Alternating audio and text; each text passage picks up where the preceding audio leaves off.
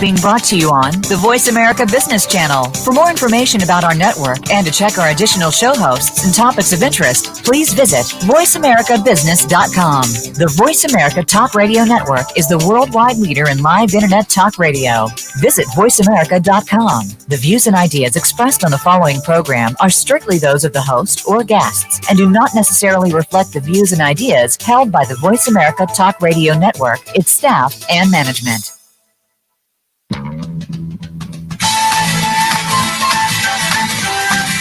Welcome to the TechCat Show with host Lori H. Schwartz. Each week we hear from established leaders in the technology and consumer industry. Finding out the scoop should never be this much fun. Now, here is your host, Lori H. Schwartz.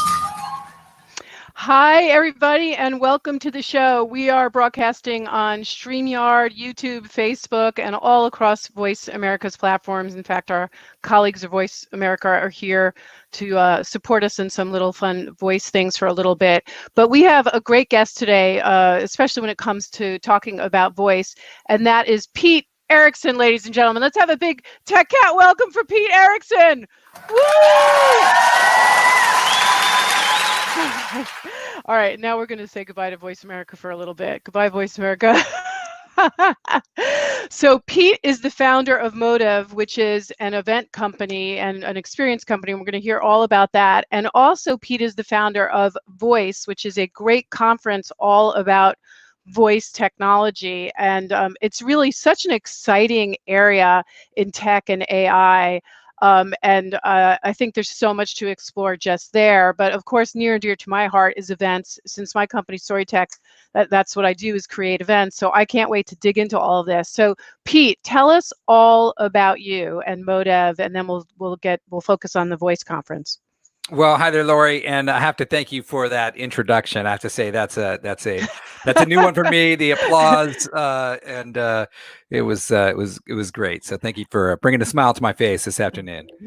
It is great to be here, and as you said, I'm the founder and CEO of Modev. Modev is we're technology community builders is really what we are, and Modev stands for mobile development. We got our start 11 years ago when the app stores first came into being, and developers were heading quickly into those app stores to deliver all kinds of applications. And I love that. There needed to be a community for those developers and for this new expertise in this new area of expertise. So I saw a need and just started bringing people together.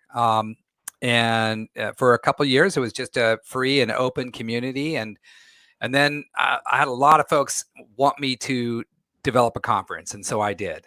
So I started organizing conferences about 10 years ago and haven't looked back. And, today, Modev, we organize events around the world and we've gone into some other categories. So, as you mentioned, we're the organizers of Voice and Voice Summit, which is the largest voice tech conference in the world. And we got our start in that when the Alexa first came out. We really saw a need to bring that community together. And it's been a really, really great ride thus far. It's such an interesting time for live events. Let's just get right out there and say it, okay? In March, I had about 5 or 6 major events cancel that I was conscripted to do some experiences with. And it has been a hustle since then to take a lot of those clients and move them in this virtual direction. And to figure out what is that model? How do we serve the community? How do we connect the community? And how do we preserve the brand?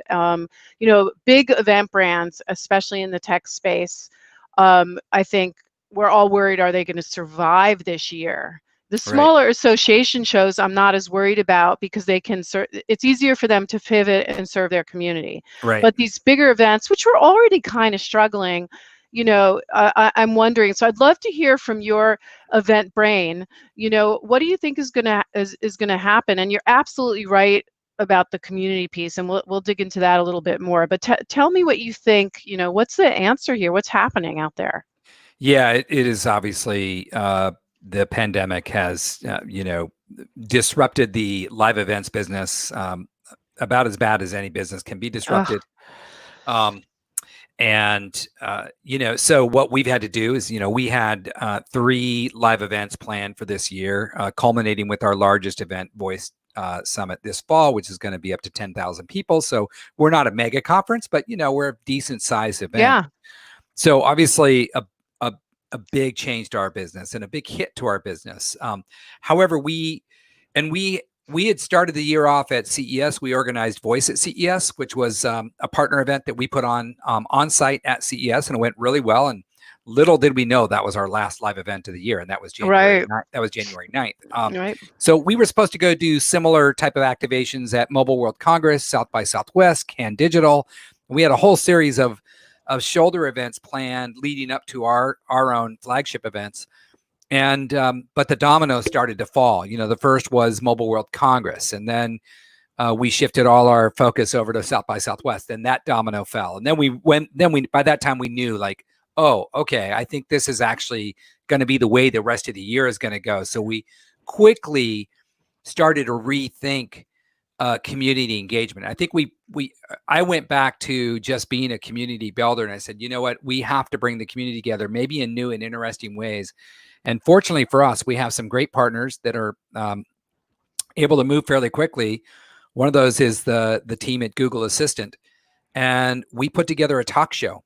So, how great! Instead of going to Mobile World Congress, South by Southwest, Can Digital, Web Summit, we put together, and we had plans to go have conversations with people and organize some programming and do some activations. However, so we put together a talk show called Voice Talks, and it's a 70 to 90 minute monthly talk show that really has the conversation with the global community that we wanted to have anywhere. We were featuring partners and doing things, and then delivering that on a regular basis. And I have to say, like, we had the idea on March 3rd. We had our first episode on April 26th, and we were so lucky. We were lucky that we had a partner that was willing to go on this journey with us and experiment with it. But also the market was hungry. People were locked down all around the world, and they were looking to stay connected with one another. And this is not a virtual conference. So we're going to get into that a little bit. I do want to talk about the virtual conferences and what we've learned and what we've seen. But this talk show idea just was the right place, right time. We have our 4th episode coming up July 30th. And we have very close to 40,000 subscribers to that talk show. Wow. You did that quick. In 4 months. Yeah. So that was very quick. And it was, again, it's an experiment, right? And I think the thing I want to encourage people to do is to experiment with a lot of different things. We are in a period driven by necessity. We're in a period of hyper innovation, and the opportunity, everyone's going to give you a pass for experimenting right now. So just do it. So that's one thing that we've done since everything sort of canceled. And now we're expanding that we're going to do an India version of that talk show, and we actually have other countries that we are getting prepared to go into as well. So it will be a show that is syndicated across a number of different geographies, and we're going to maintain the monthly thing. So that's a new growth business for us, and like I said, we're very, very grateful for it. And when you were going to launch the show, first of all, you have great partners in Google, obviously. When you were going to launch the show, how did you decide what platform you were going to use? I mean, everybody's doing podcasts now. I've been doing this for 4 years. I love it because to me, it's graduate school, and I get to talk to great people like you and meet all sorts of people and feed into the rest of my business. But for you, how did you decide what was going to be the platform that you were going to use, and there's so many choices now, and obviously you have Google and you're a big events person. So how did you make those decisions? For this, we keep it pretty simple. We built a landing page. And the nice thing too is this is our brand. This is under our brand. It's sponsored by Google. So it's actually a landing page off of the Voice Summit event. You can find it at voicetalks.ai actually. And we build everything on HubSpot. And the reason we do that is HubSpot gives us a lot of really good capabilities in analytics and all that stuff. So HubSpot is our CMS platform. and it's our CRM platform. Yeah, it's both, isn't it? Yeah, And yeah, I haven't heard of people using both, but you're using both. yeah. We use it as Fascinating. and then so there's a landing page and there's a window, and then we push the live stream out to YouTube Live, and Okay. so that's Okay. going out to our Modev YouTube account. But on the homepage of the event, it's just a window where you can watch the stream there, and there's a chat window. So we have engagement there that's happening on our site. And, I think that you can also just go straight to our YouTube page and watch the live feed as well. So I think that that's a consideration for a lot of folks. We have a landing page because we like to have more interaction there and engagement, and it gives us some ability to do that there. So ours is a simple landing page with engagement. Now, for our other conference that we organized we've organized 2 full virtual conferences this spring as well. We did one for another conference we organized called Spinnaker, which is an open source project that was started by Netflix. So we did that in partnership with Netflix and a bunch of other folks. And then we organized something called Voice Global, which was always intended to be a virtual conference. We started planning it a year ago. And then we just happened, the pandemic happened, and we were very fortunate that, we're planning a live stream event. We built those 2 events on a platform called SwapCard. SwapCard is, there are a bunch of virtual conference platforms out there. We chose SwapCard for those, but then also YouTube. So within SwapCard, everything's going through our YouTube channel and is available live stream or on demand. There's a couple different ways to deliver there. So those are some of the technologies that we've used thus far. Smart. I've never heard of SwapCard, so I'll have to check it out. I mean, it does seem like in the last few months, all of these virtual conference platforms have just emerged out of the ether. And the truth is, they were always kind of sitting there, and it's almost as if they were waiting for a pandemic. Yeah. Yeah. Or waiting for our behavior to drive usage. Right. But was SwapCard something you were going to use regardless of the pandemic? Like, was it something you already engaged with? Yeah, what's interesting is we hadn't engaged with them prior to the pandemic. However, the reason why we chose them is they are a virtual platform, but they're also really intended to be a layer on top of a live event. So we thought, as live event organizers, we would like that, and we would like to see how it worked, so that when we do get back to live events, which, I'll just drop some news here. I don't think live events are coming back next year. Or most of them aren't. I hate to burst anybody's bubble. We're not planning to do a live event again until 2022. Right. I think we're all realizing that right now, like this week with Newsom, at least in Los Angeles, making the announcements that he did and seeing the numbers. Right. Yeah. Yeah. It's a terrible subject. I hate to say that. But we thought, well, this is nice. It's a hybrid solution. So let's look and see how it works.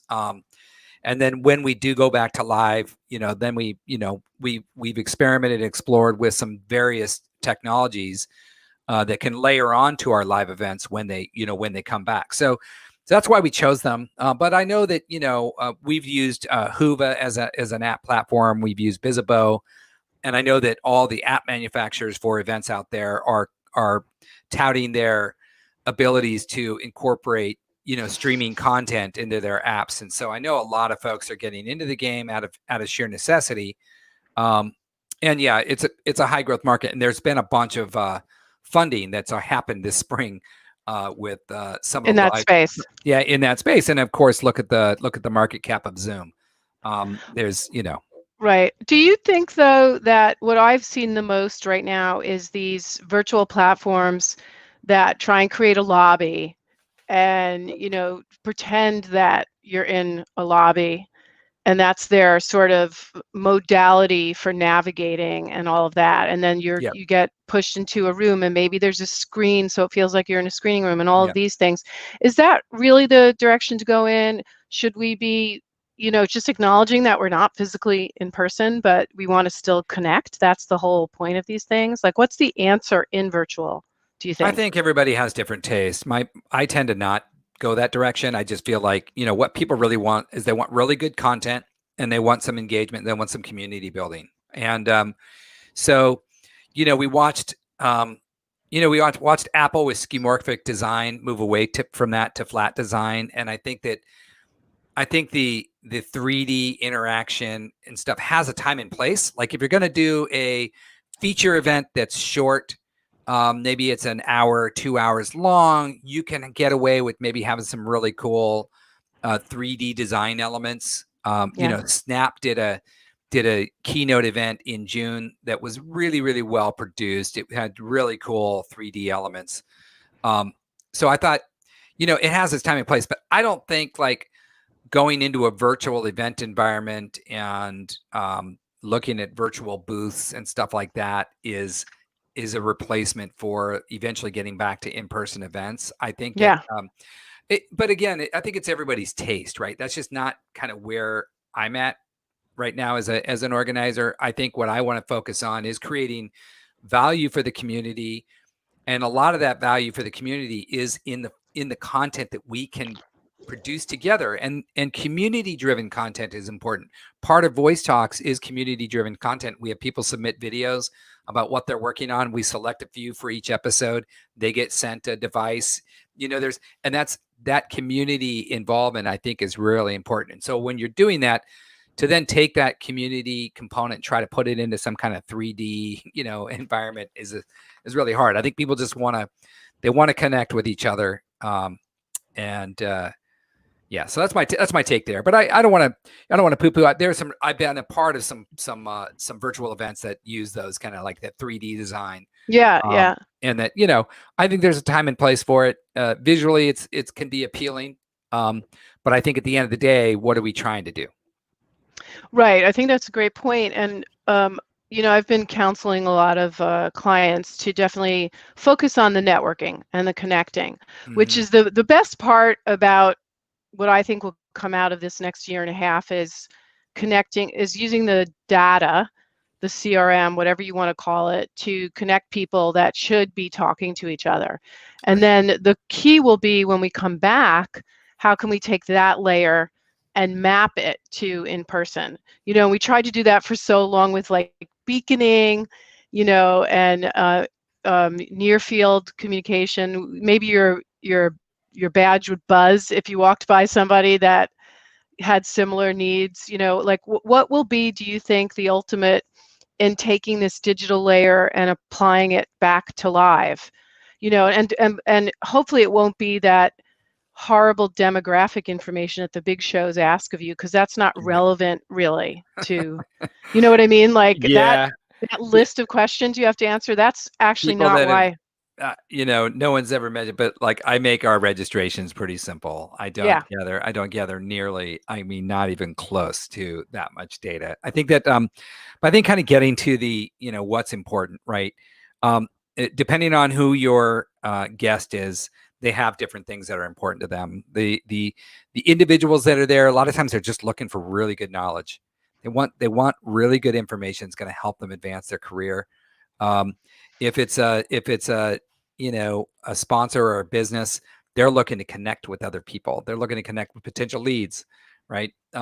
So just keeping that in mind and making sure that that's what we're focused on is the result at the end of the day. Because that's what you're going to be measured on. You're not going to be measured on the visual appeal of the design of the virtual environment.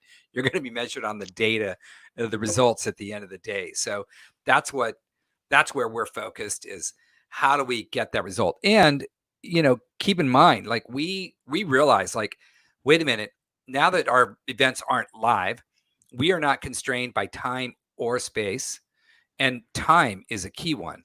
So what we've learned a lot, and we think that, we're going to look at 2021, our events are going to be vastly different than they are, because we've already committed to 100% virtual year. For 2021. Yeah, we already know we're going to be 100% virtual. We're going to still continue our Voice Talk series. We're going to grow those into other countries, but with our events, just without giving away too much, because haven't made announcements, but just think that we think about time differently, and content and community, and ensuring that we can serve the community well and help them achieve their goals.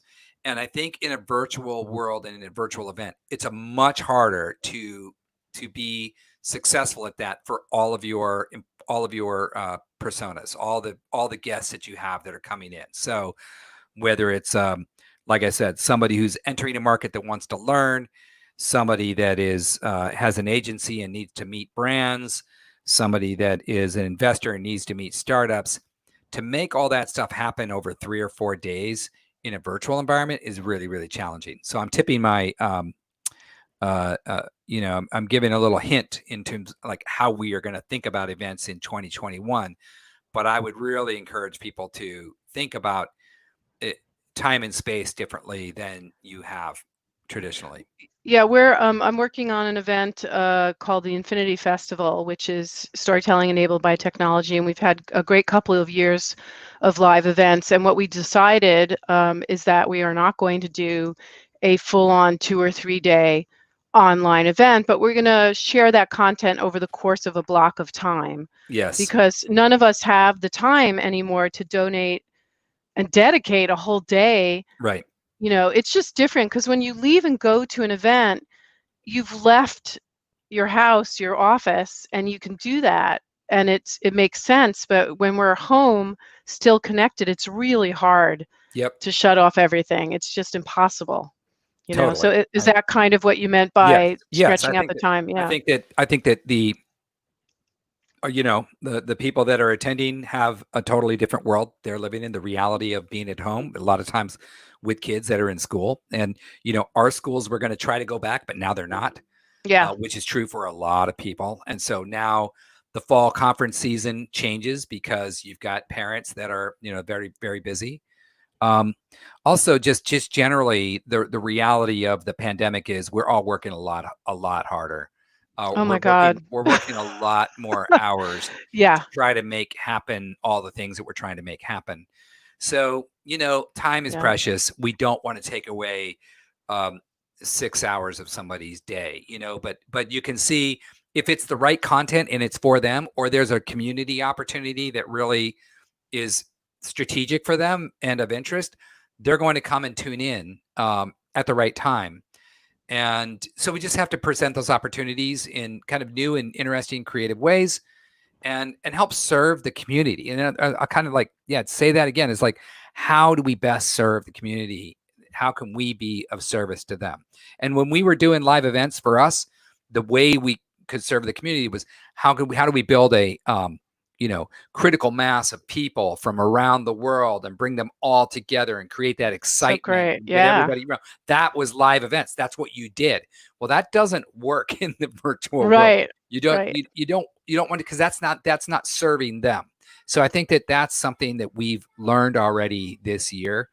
And there are some great examples. I think what you're doing with Infinity is spot on. I would go look at the Virtual Design Festival and what they've been able to do. And they spread their content out over, I think, almost 3 months. So new content coming out every day, and interesting conversation. Right, and in bits and pieces that you can decide what platform you want to watch it on, and that. Right. So it fits into our flow, right? Right. Yeah, because I was We're just in a telling different someone, flow now. we're in such a different flow. I mean, Yes. Gratefully, I had a camp to send my daughter to for a couple hours, over the last few weeks. But the school news is a different story. That's a different story.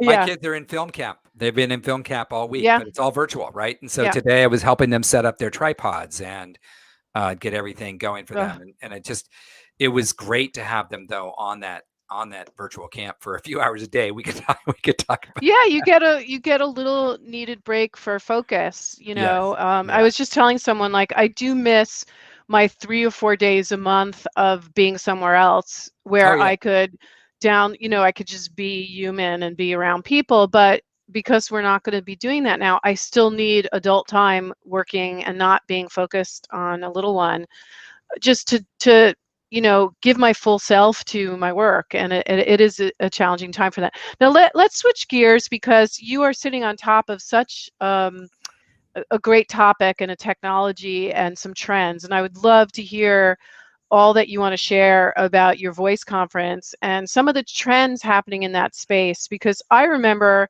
just going on to Amazon one day, which I spend way too much time on, and and just Made it ordering, easy. yeah, and ordering an Alexa before any of us knew what it was. I Mhm. just saw this thing because I'm always just ordering stuff that's tech oriented just to look at it. And I just ordered it. I had no idea what it was. None Yeah. of us did. And now I have them throughout the house, you know, and I do have some Google Voice as well, Google Home solutions. I have a lot of different brands because I'm playing with it all. But Mhm. I would love to hear just what do you see as the top trends in this space, or maybe give us a picture of the ecosystem? Yeah, no, it's a great question. It's been fun to watch that ecosystem grow over the last few years. I think that so kind of at a global view, there are obviously two major competitors with in-home devices that are prevalent in the Western countries, and that's Google and Amazon. But then you've got other huge competitors that we're not even aware of in the U.S. Baidu, and I know that Alibaba has one as well. But there are other really widely distributed voice assistants. The point being is that assistants in our homes are gaining ubiquity. And I don't know the latest figures in the U.S., but I think it's about I think it's approaching 100 million homes roughly in Oh the my U.S. God. have Yeah. a so it's a massive number. But the point is that voice interface and voice interactivity is ubiquitous now. Now it's an expectation in our cars, and a lot of folks are using voice interfaces now on their phones. So texting via voice or doing other things via voice.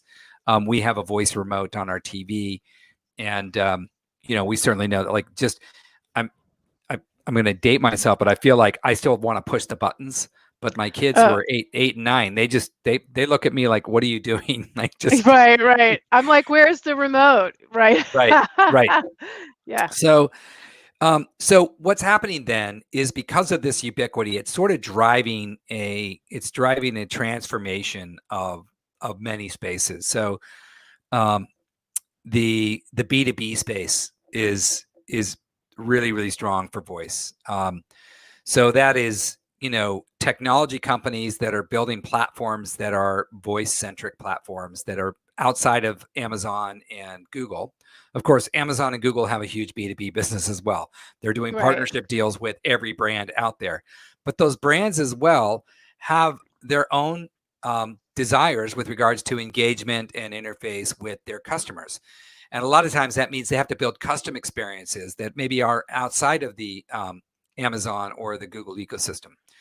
So custom voice experiences probably are the most widely known inside cars. So any automobile you have that's using voice capabilities is probably using one of a few different platforms that are in there. So there are platforms that are growing quickly in that space, in the automotive space, but also across the enterprise. There are a bunch of platforms now that are, you know, um, that are cloud-based that organizations can subscribe to and build on, and tap into SDKs and APIs and build all kinds of capabilities.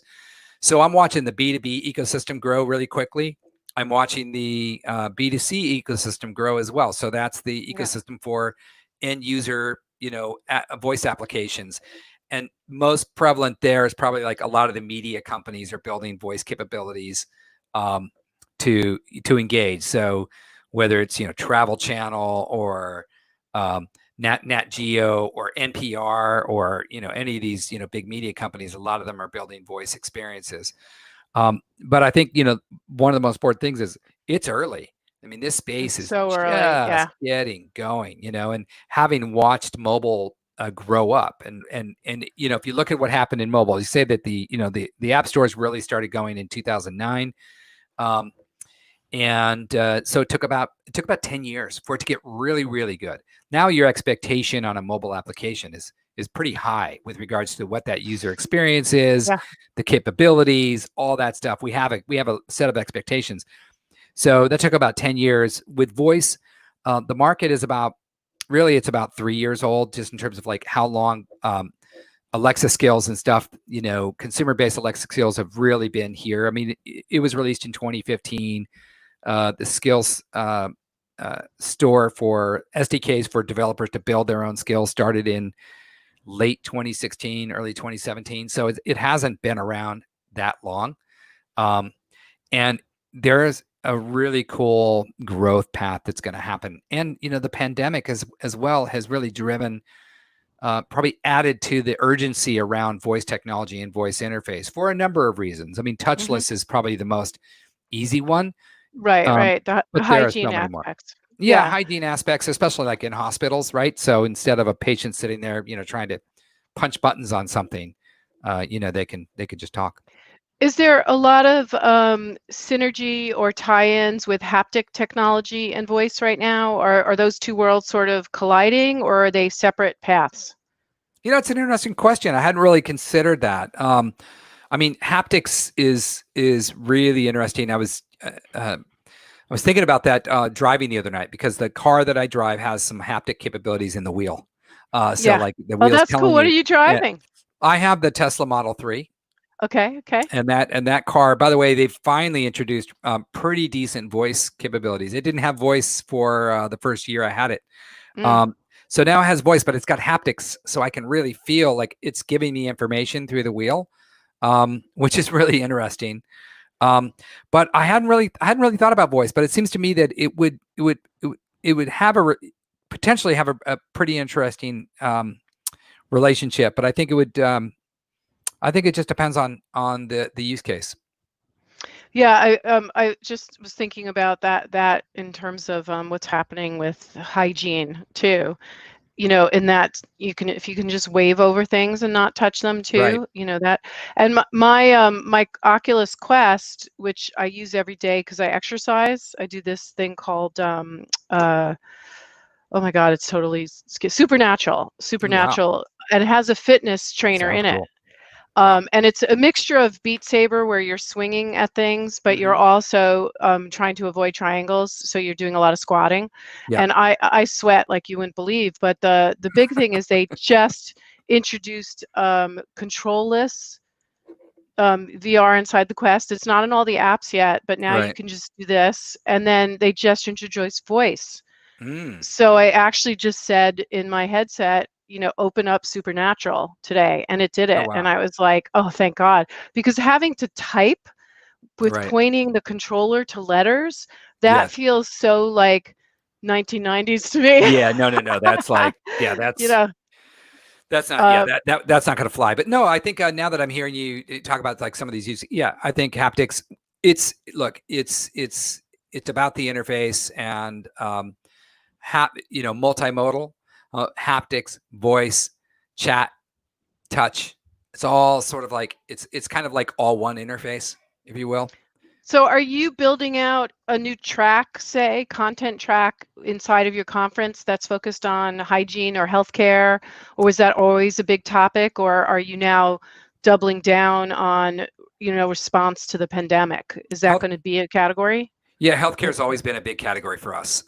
It's definitely an early adopter for voice. There are so many opportunities. The first hospitals that put voice technologies in, I think some pretty well documented ones, Boston Children's and Harvard Medical Center put in voice technology very early on.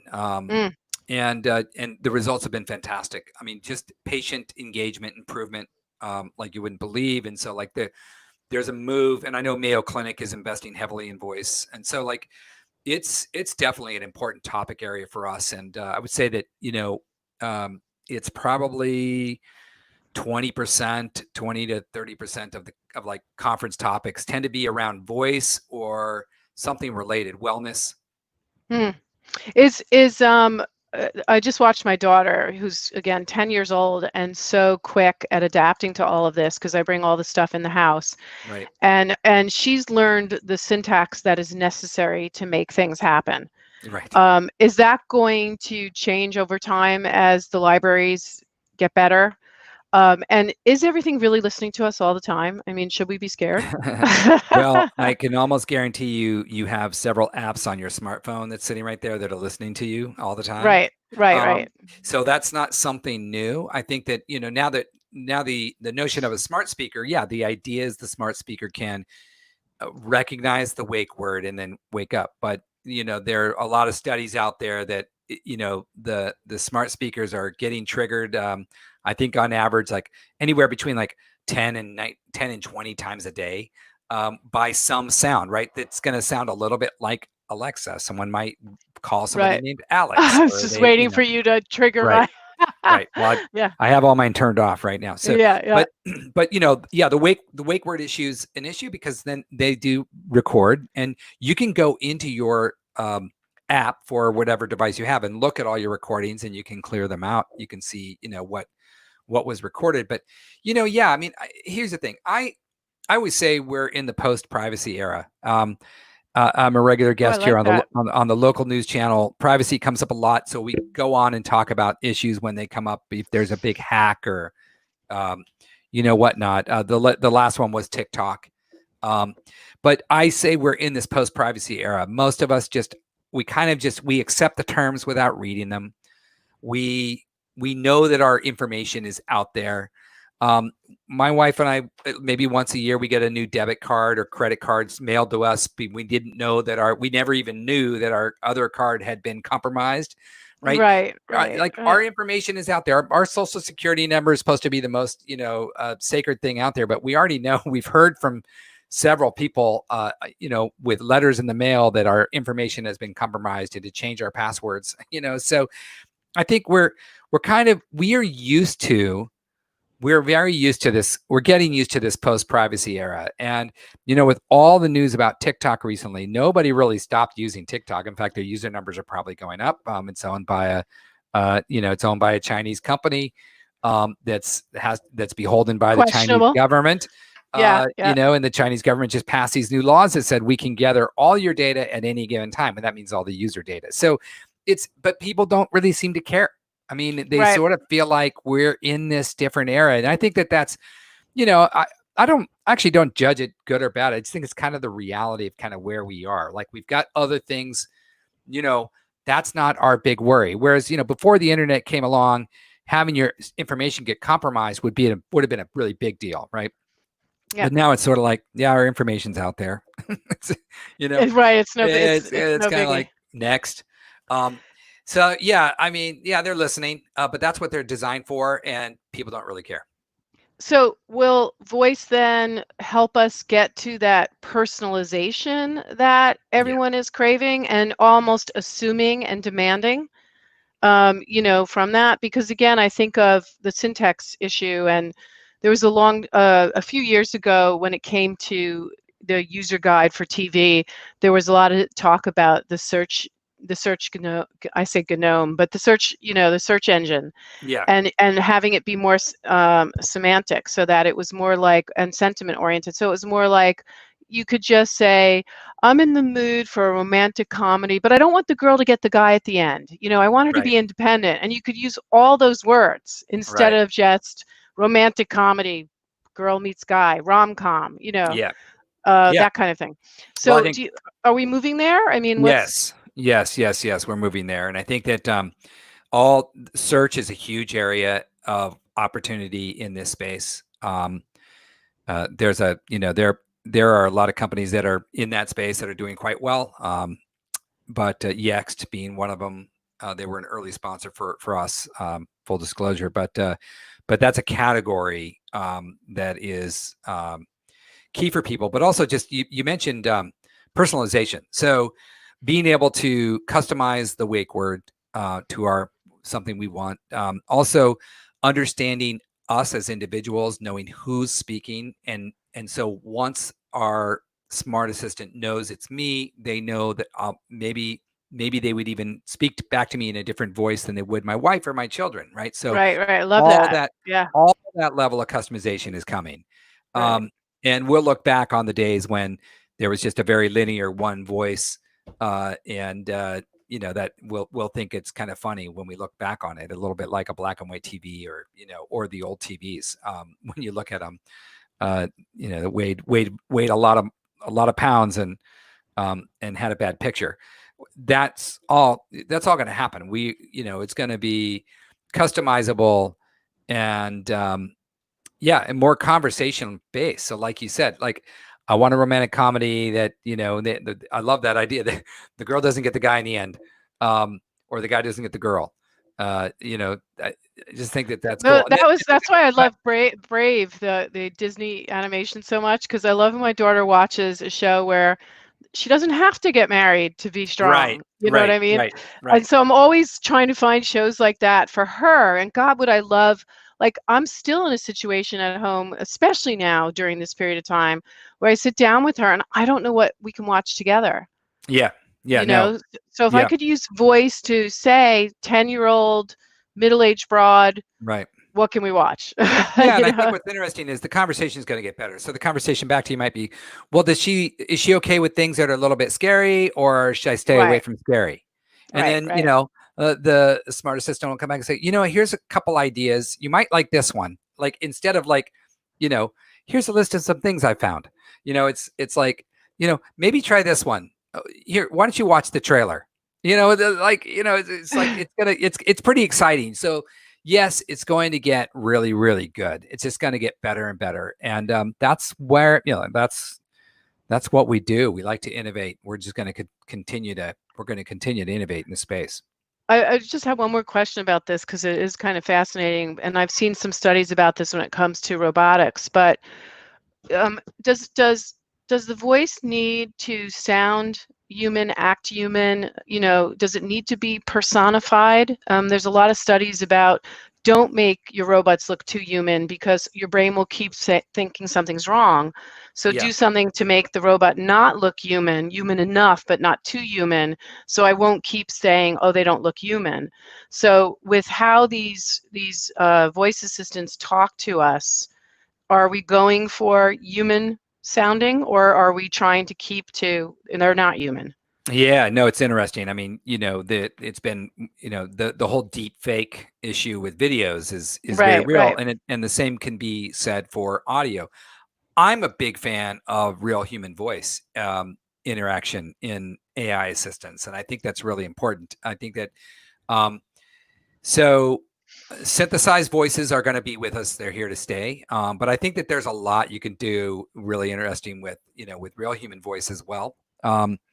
But I think that it is important if a voice is synthetic to have some kind of synthetic markers, and I think I do think that's important. And that's done right now purposely, so you can tell. You can tell when an assistant is 100% digital synthesized. Right, because our brains want voice. that, right? We Yeah. don't want open the door, Hal. Right. Any of that. Right. I can't do that, Dave. Right. But I also like the way that celebrities are being pulled into to our assistants. Right. That's And it may be that kid actors start to get involved, and they probably already are, and doing different things. So I think that there is in this space there's a mix of the human voice and AI. One of our speakers at the last conference is a gentleman named Harry Yeff. He goes by the stage name of Reaps 100. He is the world's top beatboxer, and he did a really cool beatbox to our Sonic brand, our Sonic identity, which was really cool. But he gave a really cool talk about the intersection of the human voice and AI. And that's where we are right now. And I think the thing to remember is that, human beings will not be replaced. And it's because we have very unique attributes that are, our intellect, our intuition, our emotion. This is not something that computers can copy. However, what they can do is they can recognize it in us and then respond accordingly. So assistants that have some awareness of our and emotional intelligence built in can actually relate to us a little bit better and actually maybe ease some of that what you're talking about, so that we actually have a better experience. But we know it's a virtual assistant, but it may be reacting to us based on our current emotional state. So are you, Pete, you have a lovely family, and where are you based again? I'm in Arlington, Virginia, very close to Washington, D.C. Oh, okay. I don't know what to say about that, but Oh no, listen, but it yeah, is well, yeah, it is that's what a it whole is. nother show. But Yes. what's your house like? Is your house all tricked out? I mean, do you have like a really We cool? we have to, dad's in the tech space, right? So Right. my kids, yeah, we have our assistants around the home. Our Sonos sound system, we can talk to Alexa and tell it what to do. So our kids are very used to the idea of voice and voice technology. Um, and we got some smart lights and things like that as part of the home as well. And of course, we got the Ring doorbell, and that's another voice activated and voice interface device. But I think we're not like a lot of people. A lot of people are adopting these technologies to help improve our lives in many ways. And but there's no replacing the good old human being. And I'm a huge fan of Of connecting. humans. Yeah, it's funny. I'm in this space. People say, "Oh, you're a techie," and I get invited on the news, and they call me a tech expert. But really, what I am is I'm a human expert. I like to connect human beings, and the thing to remember in all these technologies is, at the end of the day, we're connecting people, and people with information and services and all that stuff. So we try to, my philosophy on, I love technology. I love new technology. I've got a pair of AR/VR glasses that I got to check out here that just came.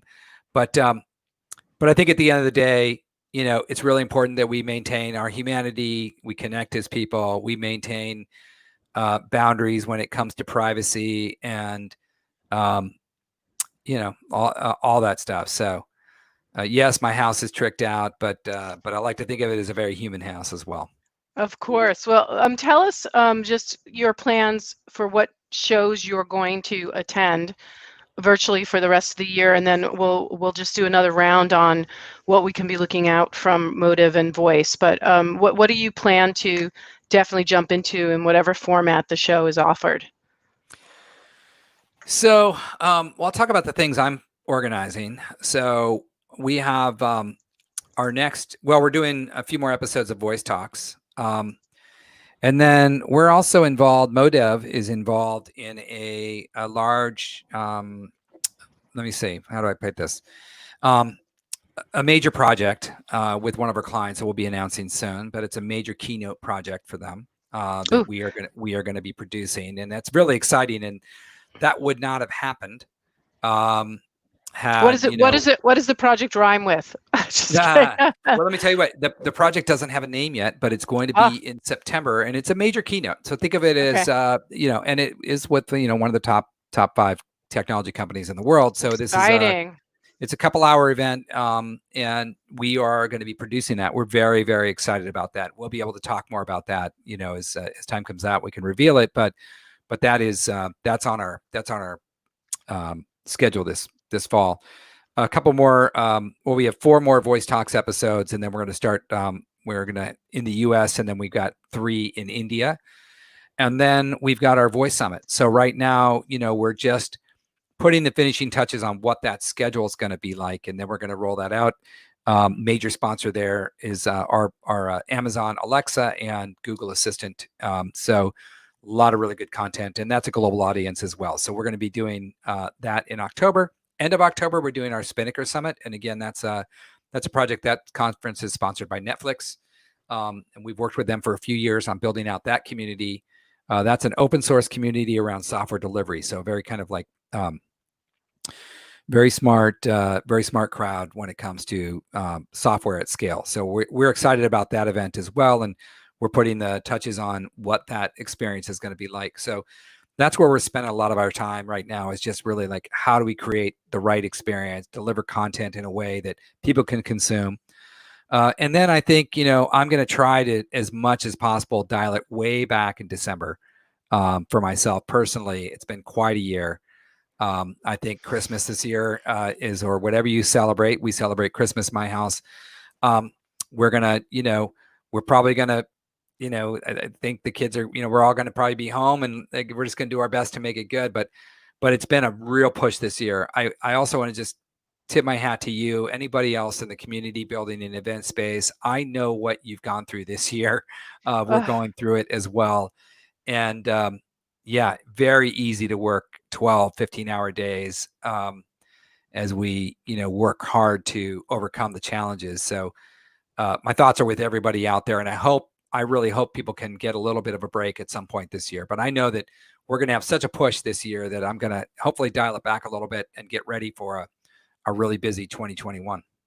Yeah, I mean, you make it sound really exciting, and it is it's been an amazing 4 months in terms of the education that I've had on learning all these platforms and how quickly we just all jumped on them. It just blows me away. I just wanted to address one thing before we wrap, and you mentioned global, because we are in this world now where, is there anything left of national? Like, is everything global? And how do you set things up that way? Are you thinking globally all the time with anything you do?